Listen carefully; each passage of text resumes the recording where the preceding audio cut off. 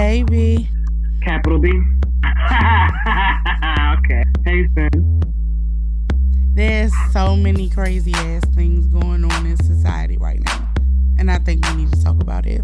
If you want to talk about it, we can talk about it. All right, then let's go. On what?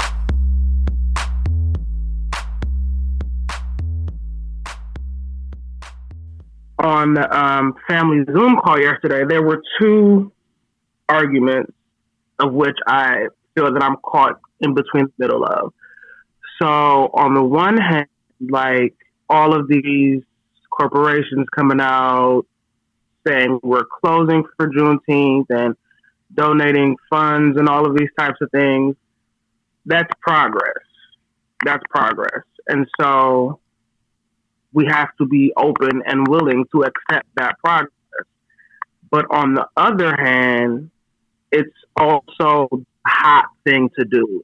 It's all very bandwagony, and essentially, this newfound, like push for equality and all of that.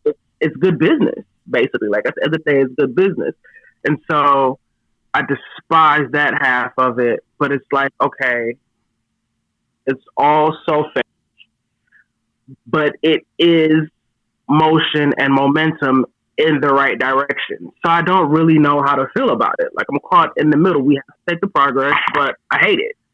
I hate it because everybody's acknowledging all of these things now. Like we haven't been fighting for this since forever, and B, like we're talking about basic human things. So to me, it feels like people are now coming out saying, "Okay, we acknowledge you as humans now. We acknowledge that you should have rights." But so then, if you're acknowledging that today, then you didn't feel like that until today.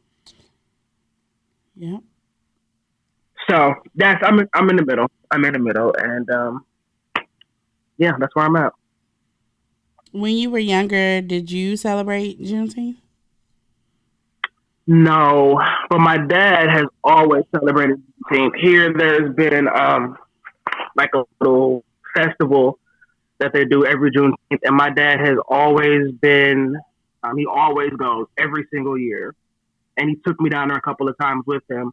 But when I was younger, because we weren't taught about it in school, I didn't really know the significance of it. Like I could see the words on the page about what the day meant, but it didn't really have a real significance for me until I was in my 20s.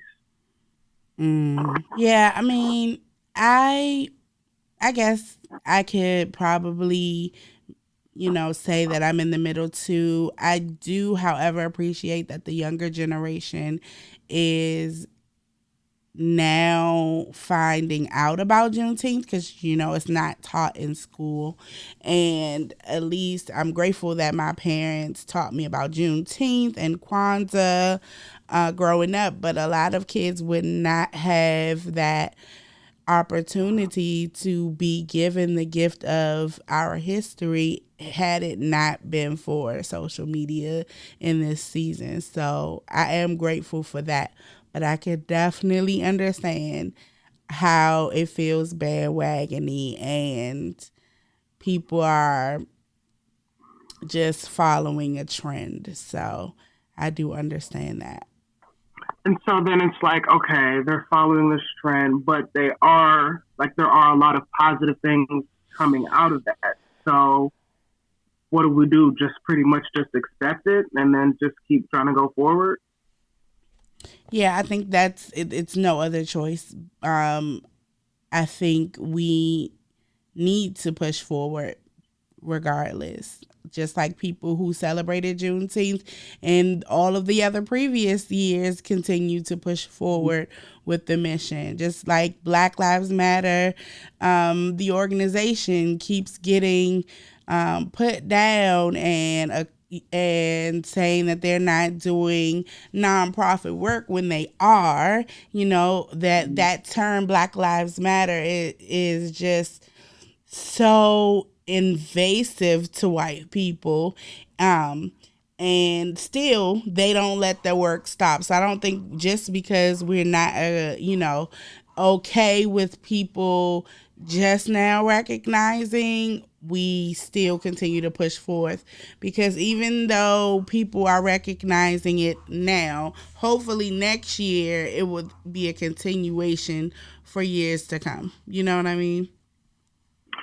There's also this take that because going back to the murder of George Floyd, that was so egregious that white sympathizers like came out in dozens just as a reaction to that incident, right? So there's a thought that all of these newfound initiatives by these companies isn't even for black people. Mm, It's for the white sympathizers that are now on board because of what happened. mm. So like it's not even for us. Really, it's like, okay, hey white people, your favorite company saw what you saw and we're just as mad as you are, so we want you to keep spending your dollars with us. So we're going to do all this stuff. Like it's not even actually for the cause. Yeah, so to counter that, lots of folks are saying that in order for our movement to work, we're going to have white people be offended and upset, because they hold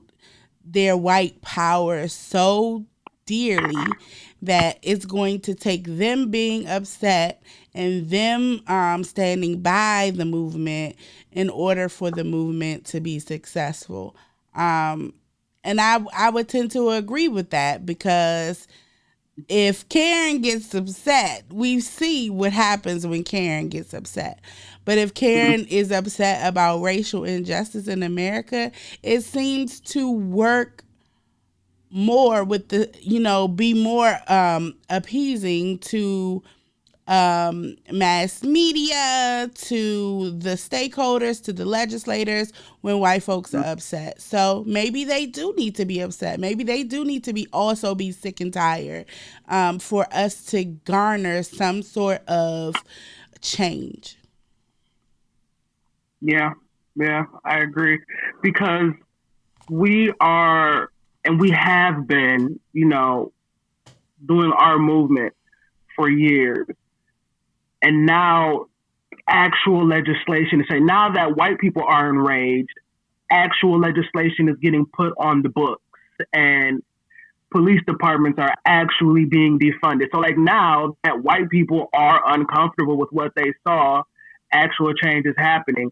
We can we have mobilized and pushing for change and gaining momentum. We have done that, but there's still only so far we can go based on the power structure in the United States. Right. So we can do everything in our power, but at the end of the day, we will need those white people in positions to make those kinds of legislative changes, etc., to join in.